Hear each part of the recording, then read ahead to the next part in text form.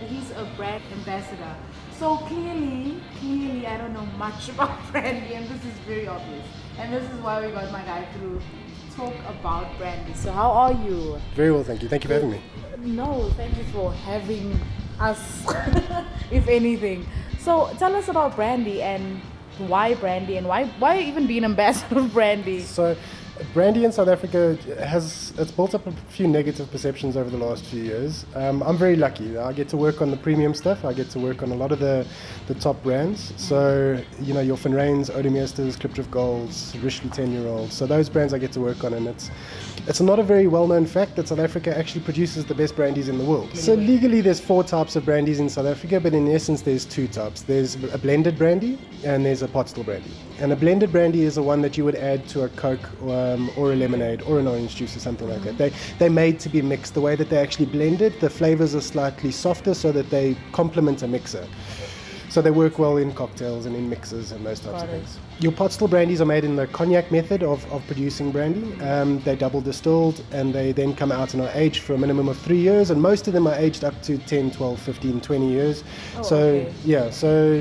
Those brandies you'll add a single block of ice or a dash of water, and you'll drink in a brandy balloon. Hi guys, we are here with Anna Trupudo, an anthropologist. Well, she'll explain to you more exactly what she does within her anthropology. Anthropology is the study of people. So that if you're a social anthropologist, you look at culture.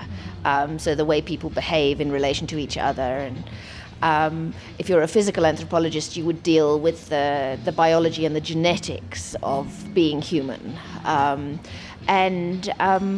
That, you know, I've done both in my time, but mainly what makes me different is that I'm also trained as a chef and I've worked in kitchens, so that I tend to sort of start from the idea that the best way to find out who people are is by looking at what they eat and drink. So I think we reveal a lot about ourselves in the choices that we make about what we drink, what we eat, what we serve and cook to other people.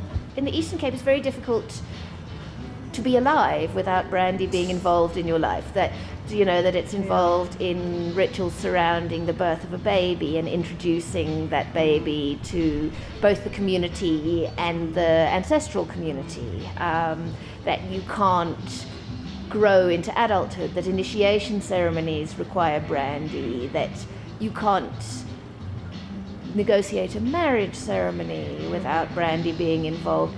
It's very difficult to die without brandy being at your funeral. And then even once you're dead, you know, the rituals that happen a year after death, when widows take off their black clothes and go back to more sort of normal life.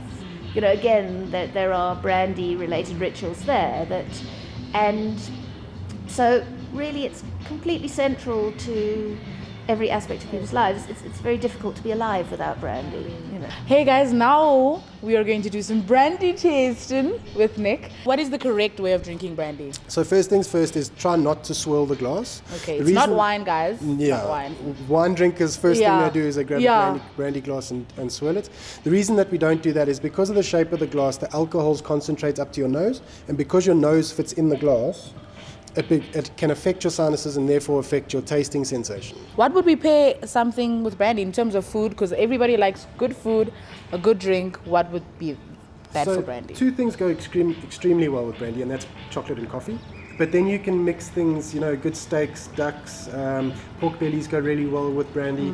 We recently have started doing tastings where we do like a full 10-course dinner with brandy, and we do it with everything from starters through to dessert. So it's not just one thing that you can, but it does become a bit of trial and error to try different brandies with different foods to see what works and what doesn't. But here's to brandy and our beautiful South Africa that makes great brandy. Cheers. There we go. Well, connectors, I hope you know a little bit more about brandy, having spoken to Nick, because now I do. At least now we know what our brandy culture is in South Africa, and then in fact we make some of the best brandies.